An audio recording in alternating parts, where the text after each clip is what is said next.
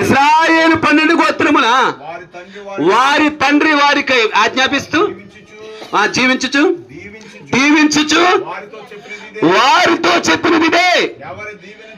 ఎవరి దీవెన చెప్పిన వారు దీవించి తరువాత ఆయన వారికి ఆజ్ఞాపించు చిట్ల చెప్పాను, నేను నా స్వజనుల దగ్గరకు చేర్చబడుచున్న. దేవునికి స్తోత్రం, హల్లెలూయా. ఆయన ఎంత హ్యాపీగా చెప్పాడు, బాధపడుతూ చెప్పినట్టు ఉంది అక్కడ. ఆయన ఎవరి దీవెన చెప్పిన వారిని దీవించుచు. ప్రియ తల్లిదండ్రులారా, పెద్ద వయసులో ఉన్నవారు, దేవుడు మన చేతుల్లో ఆశీర్వాదం ఉంచాడు. పిల్లల కన్నా తల్లిదండ్రులందరికీ చెప్తున్నాను నేను, మన చేతుల్లో ఆశీర్వాదాలు ఉంచాడు, శాపాలు కూడా ఉంచాడు. నువ్వెవరిని శపిస్తావో నేను వారిని తండ్రి శపిస్తాను. నువ్వెవరిని దీవిస్తావో, నీ పిల్లలను నీవు శపించే వానిగాని ఉన్నావా, దీవించే వానిగాని ఉన్నావా? నీ పిల్లలు ఆశీర్వాదములకు కారకులు అవ్వాలనుకున్నావా, శాపములకు కారకులు అవ్వాలను? అది నీ చేతిలోనే ఉన్నదే. నేర్చుకో.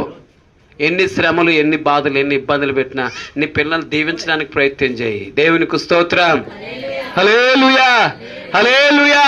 కాబట్టి ప్రభువునందు ప్రియ దేవుని బిడ్డలు, దేవుని సన్నిధిలో ఉన్న మనం ఆయన చెప్తున్నాడు, నేను నా స్వజనుల దగ్గర చేర్చబడుతున్నాను. కాబట్టి నన్ను తీసుకుని వెళ్ళి ఎక్కడ పాతి పెట్టమన్నాడు? అబ్రహాము శారాను పాతి. ఎందుకంటే పలానా వాళ్ళ దగ్గర పొలాన్ని కొన్నాడు. నా స్వజనులు అనగా అబ్రహాము అక్కడే పాతి పెట్టాడు, ఇస్సాకు అక్కడే పాతి పెట్టబడ్డారు, మరి శారా లేకపోతే ఇంకా రెబెకా మొత్తం అందరూ అక్కడే పాతి పడ్డారు. అయితే నన్ను కూడా అక్కడికే తీసుకుని వెళ్ళి పాతి పెట్టండి. కాబట్టి నీ మరణాన్ని గురించి నువ్వు ముందుగానే ఎరిగిన వాడివై అధైర్యపడక, భయపడక, ఏదో ఒక రోజు నా ప్రభు దగ్గరకు నేను చేర్చబడతాను, నా తండ్రి దగ్గరికి నేను చేరాలని ఒక విశ్వాసము కలిగి పునరుద్ధానుడైన అనగా మరణమును జయించి పునరుద్ధాడై తిరిగి లేచిన యేసు క్రీస్తు వైపు చూస్తూ నీ సిలువను నీవే ఎత్తుకొని ఆయన సిలువ దగ్గరికి ప్రయాణం చేసినప్పుడు నువ్వు నిత్య జీవాన్ని సంపాదించుకుంటావు.